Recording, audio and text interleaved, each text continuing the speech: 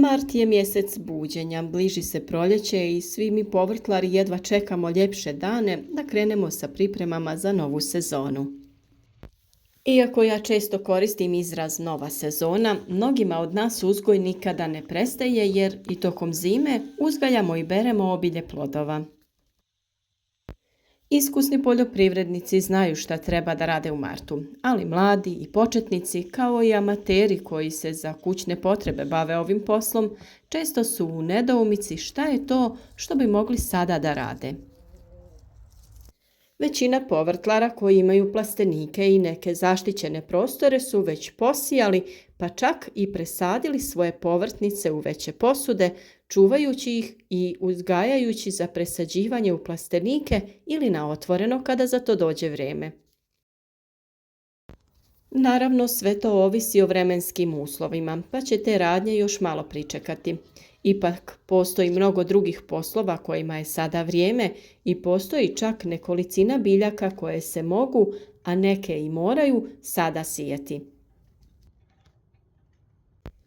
Mart je stvarno udarnički mjesec za radove u bašti, voćnjaku, povrtnjaku. Zato je sada krajnje vrijeme da uđete u svoje bašte, da zasučete rukave kako biste započeli sa prvim radovima.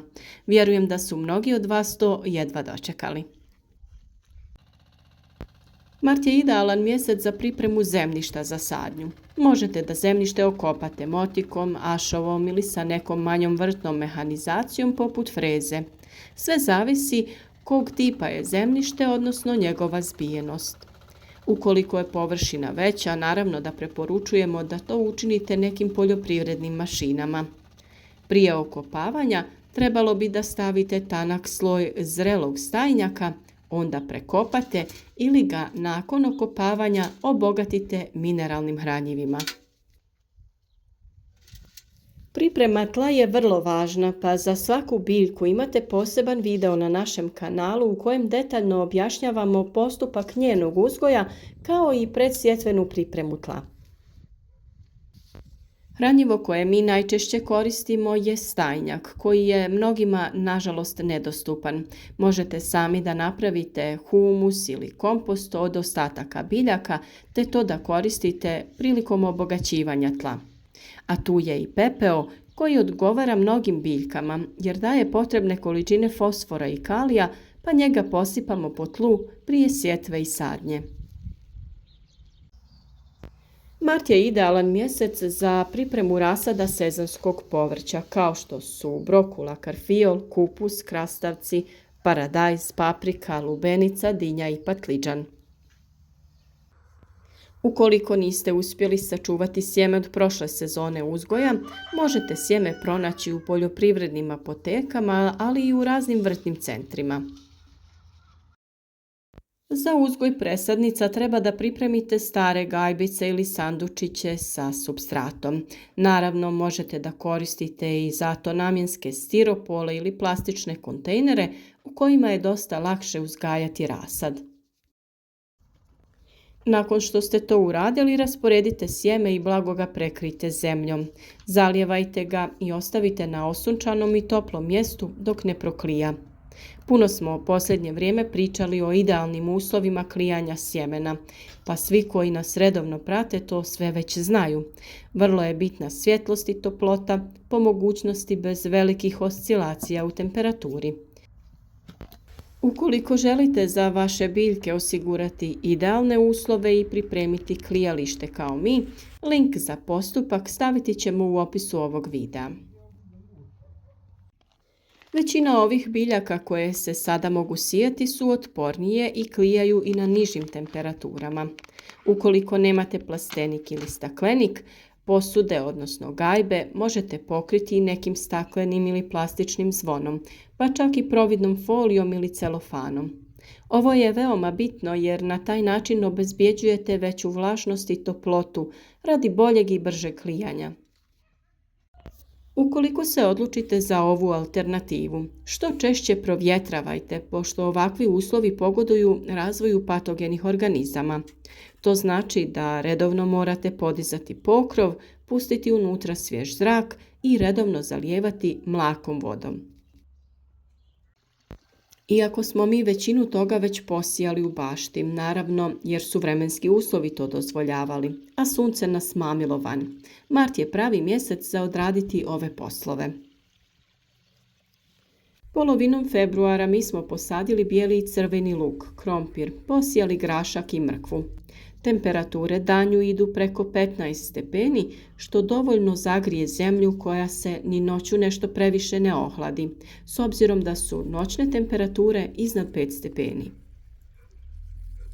U martu je naravno idealno vrijeme za sijanje i sadnju ovih kultura, ali i nekih drugih.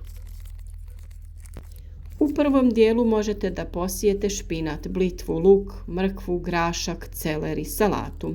Sredinom marta možete posijati rotkvice, celer, peršin, pastrnjak i začinsko bilje, dok pred kraj marta sije se kelj, kupus i koraba. Ukoliko mislite da je za vaše područje još rano za sadnju i sjetvu na otvorenom, napravite presadnice većine ovih biljaka i kasnije iznesite u baštu. Špinat, blitva, salata, celer, kelj, kupus, sve su to biljke koje možete uzgajati kao presadnice, a one također mogu podnijeti i kratkotrajne niske temperature nakon što ih kasnije presadite na otvoreno. Ukoliko određene biljke sijete direktno u baštu, pokrijte ih sa agrilom i na taj način zaštitite. Za to vam ne treba nikakva konstrukcija jer može biti razvučeno direktno po tlu i pričvršćeno. Vrlo dobro je znati da li je vaša bašta alkalna ili kisela. U zavisnosti od toga znati ćete šta u njoj možete da sadite i kako da postupate sa zemljom. Ova provjera se uvijek radi prvi puta kada nešto sijete na određenom mjestu i onda svake 3 godine. Puno smo pričali upravo o testiranju zemljišta i njegovoj pH vrijednosti, tako da o tome imate detaljne videe koje možete pogledati. Ukoliko ste primijetili da vaše biljke ne uspijevaju kako bi trebale ili kvalitetno kao nekada, vjerovatno se dogodilo da su dosta iscrpile zemlju i da se upravo balans zemljišta poremetio. Znamo da se za neke manje površine ne isplati raditi analiza zemljišta profesionalno, pa zato pogledajte video o tome i o dodavanju vapna, koje uveliko može pomoći u stabilizaciji pH vrijednosti tla. Tako će biljke imati bolje uslove i lakše će uzimati hranjiva iz tla koja zbog neravnoteže samog pH nisu mogle pravilno uzimati. Također postoje i sprave koje možete sami nabaviti i testirati kvalitetu vašeg tla, te prema prikazu vidjeti u koju skupinu spada vaše tlo i kako ga popraviti. U ovom mjesecu se orezuje voće i žbunasto bilje koje cvjeta tokom ljeta, a neke od njih su ruže, hortenzije kao i živa ograda. Pažljivo uklonite grane koje su višak, a koje su orijentisane prema unutrašnjosti kao i suhe grane i oštećene uklonite u potpunosti. Mart je također idealan mjesec za sadnju pojedinih vrsta ukrasnog bilja, a posebno je pogodan za proljetnu sadnju ruža.